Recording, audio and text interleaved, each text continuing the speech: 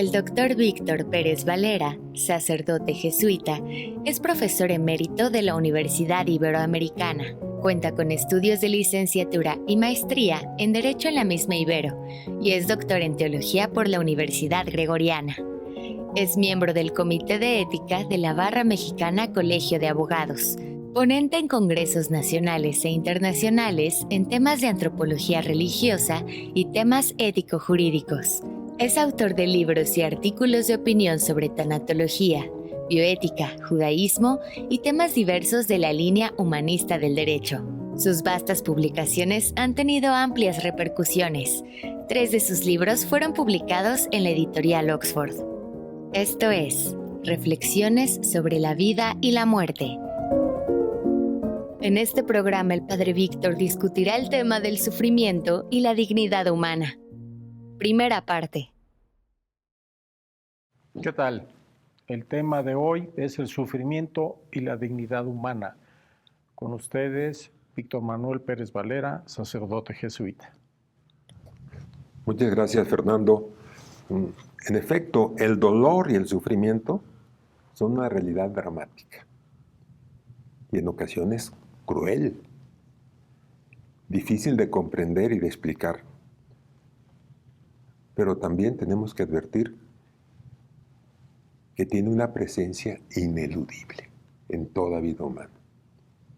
Al principio, en medio o al fin, o en las 3 cosas. Ni siquiera en el mundo feliz de Huxley está ausente el sufrimiento. No sé si recuerdas aquella escena cuando el periodista le dice a John el salvaje que el dolor es una ilusión. Y entonces el salvaje, empuñando un látigo, exclama: ¿Ah, sí? El periodista sale corriendo despavorido. A veces nosotros provocamos el sufrimiento. También es otro rasgo, ¿no? El dolor es uno de los retos más grandes y dramáticos de la existencia humana. Su comprensión y su sentido no es una tarea fácil, por más que se aborde como nos proponemos desde diversos puntos de vista: el clínico, el filosófico, el psicológico y el religioso. Pues seguirá siendo, aunque se aborde desde muchos ángulos, un tema misterioso. Usando un lenguaje un poco simbólico, podríamos decir que el sufrimiento es el complejo laberinto, pero sin hilo de Ariadna. Todos sabemos lo que nos enseña el amor, pero no sabemos qué nos enseña el dolor. ¿Cuál es el sentido último? ¿A dónde nos conduce? ¿Cómo asumirlo? Y sobre todo, si es compatible o incompatible con la dignidad de la persona humana. Más que tratar de resolver el por qué, quizá sería mejor explorar el para qué y el cómo del sufrimiento. Podemos comenzar con una pregunta sencilla. Pues sí, ¿cuáles serían los aspectos clínicos del sufrimiento, no? El dolor y el sufrimiento tienen diferentes orígenes semántico y diferente significado.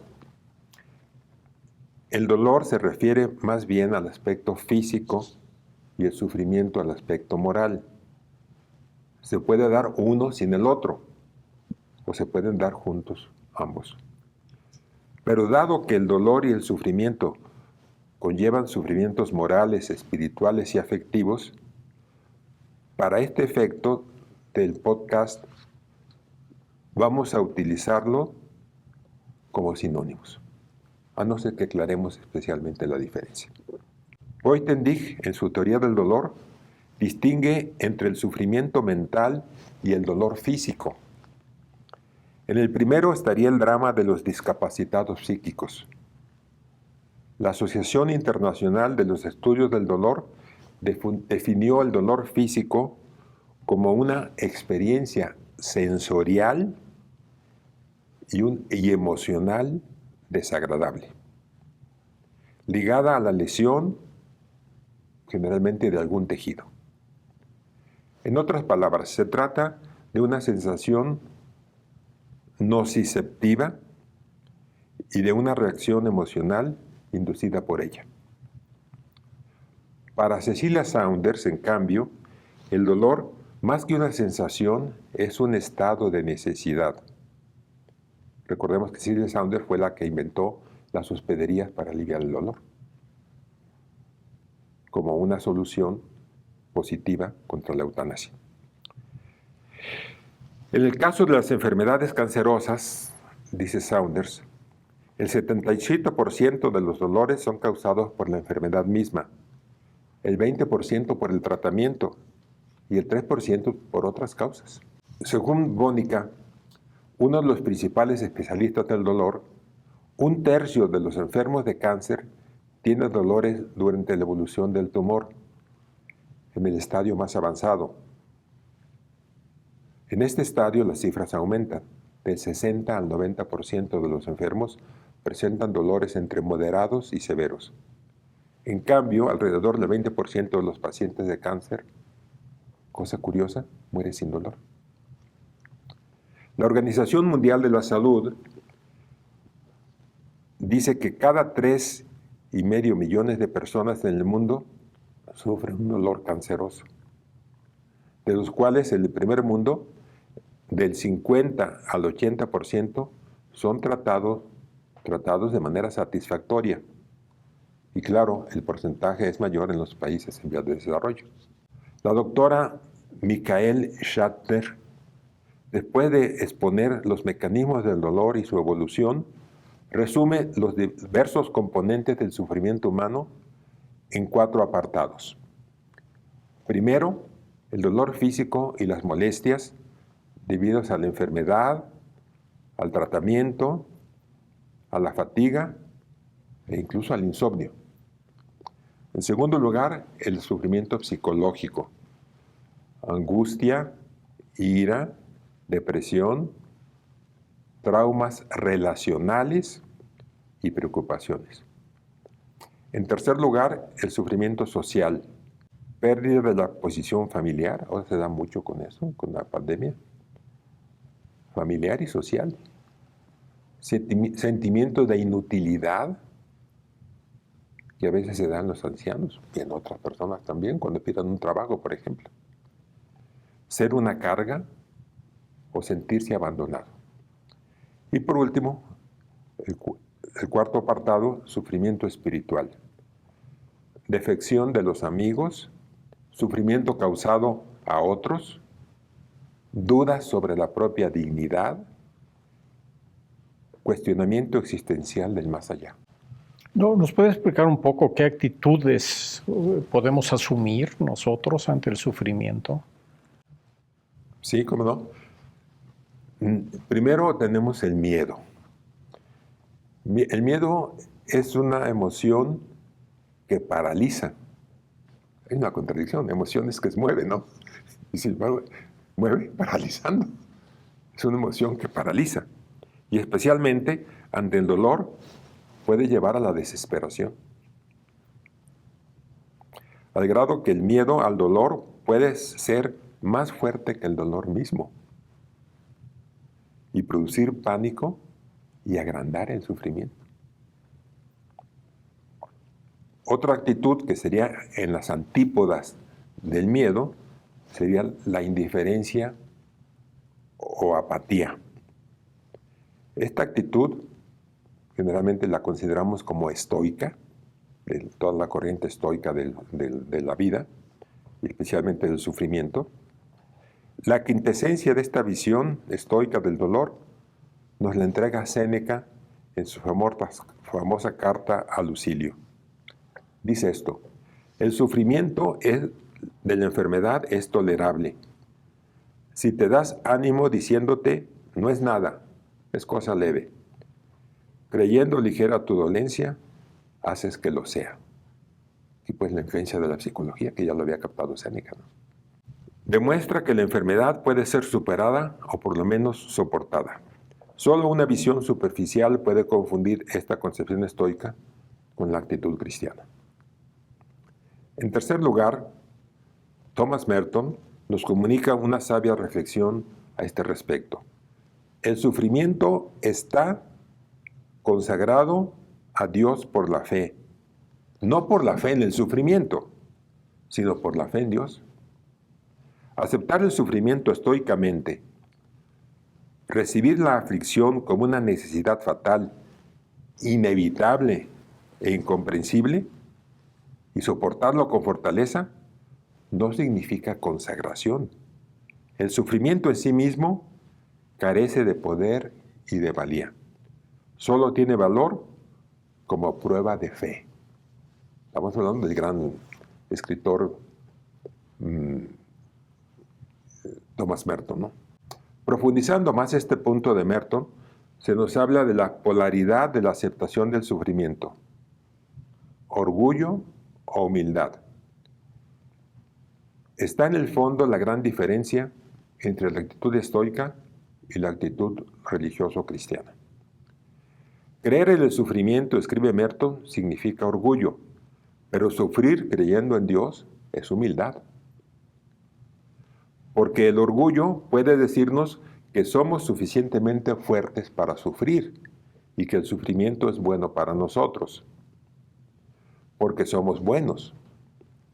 La humildad, en cambio, nos dice que el sufrimiento es un mal que siempre debemos de esperar, porque puede aparecer en nuestras vidas de manera inesperada, por culpa del mal que reside en nosotros o del mal que otros nos provocan.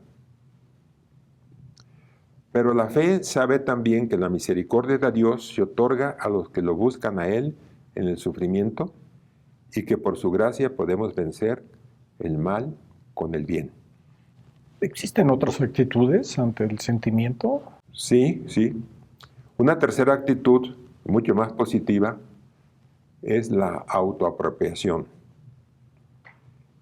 El filósofo existencialista Karl Jaspers, del que ya hemos hablado en los podcasts sobre el sentido de la muerte, subraya la necesidad de que el enfermo se apropie su enfermedad. Esto incluye la aceptación, la cual no es algo trivial. Al asumir su enfermedad, el enfermo se encuentra primero consigo mismo y así se prepara para abrirse al encuentro con los demás. Interesante este pensamiento. ¿Cómo no? La autoapropiación, en su máximo nivel, incluye la actitud de fe que insinuaba Merton. Asumir el dolor con espíritu de fe no es entrar en el campo de lo ilusorio o de lo mágico. La fe puede dar sentido al dolor, fortalecer el ánimo, pero no necesariamente, ni mucho menos, extinguir el dolor.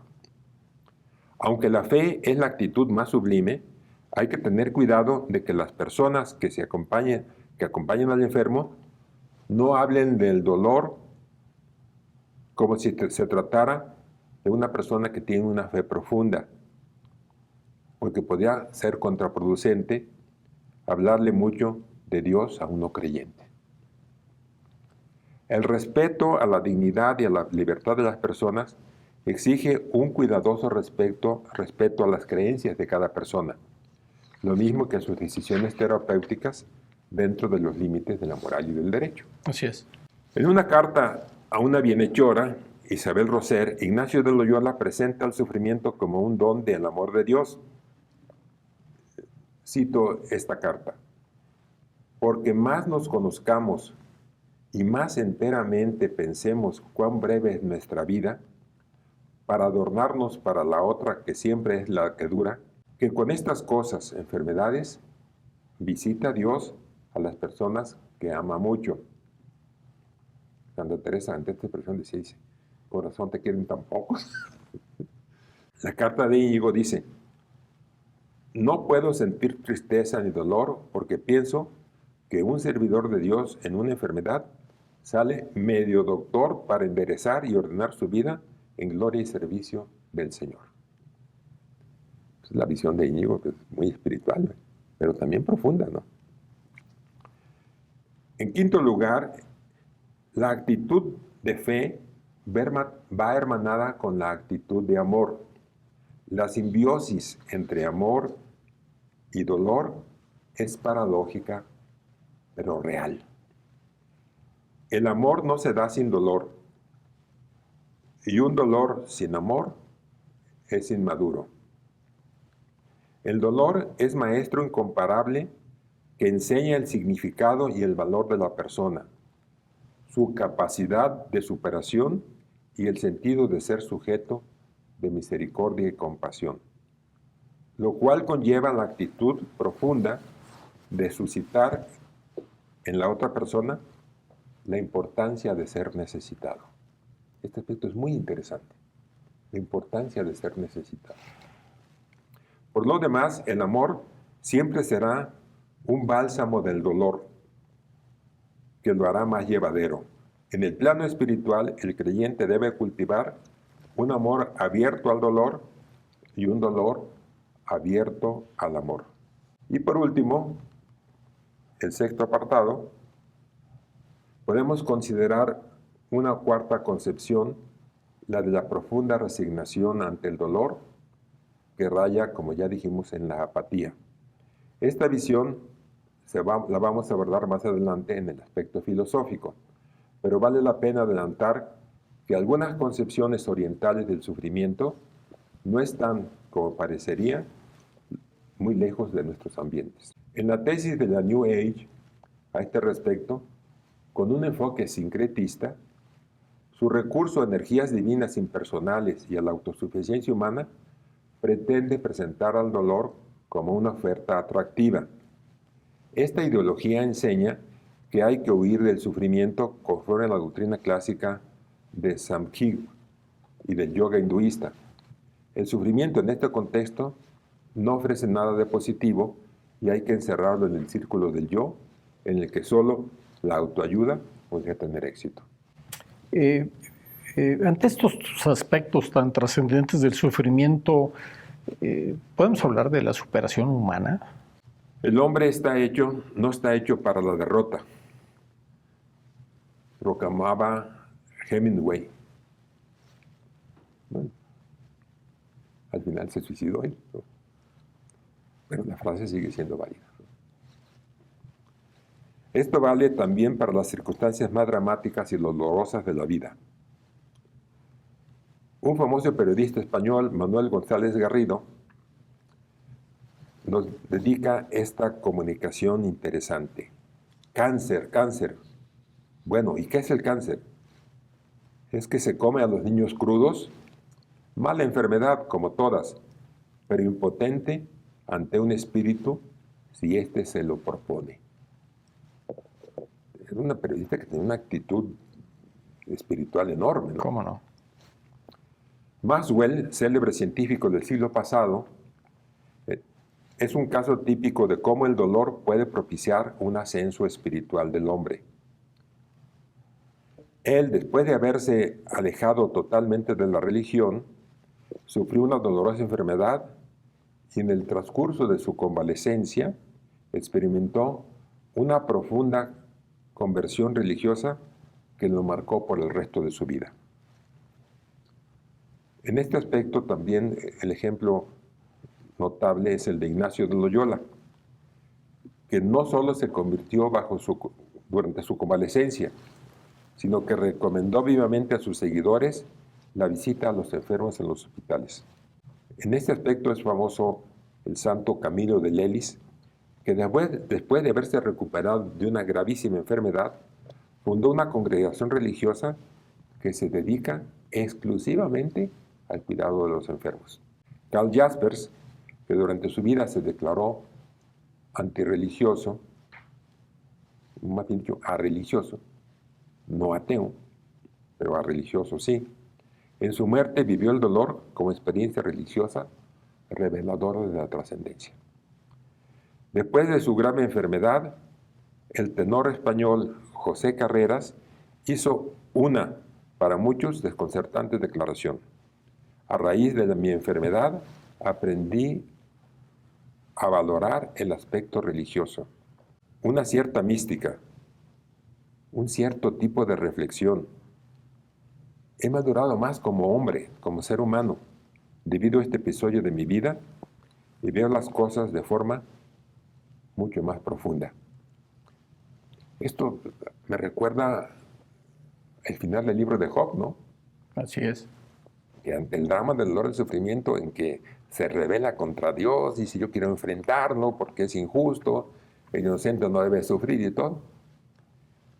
Y el último capítulo el último párrafo del libro de Job dice, yo antes creía que te conocía, ahora sí sé que te conozco. ¿Cómo aprendió del sufrimiento, verdad?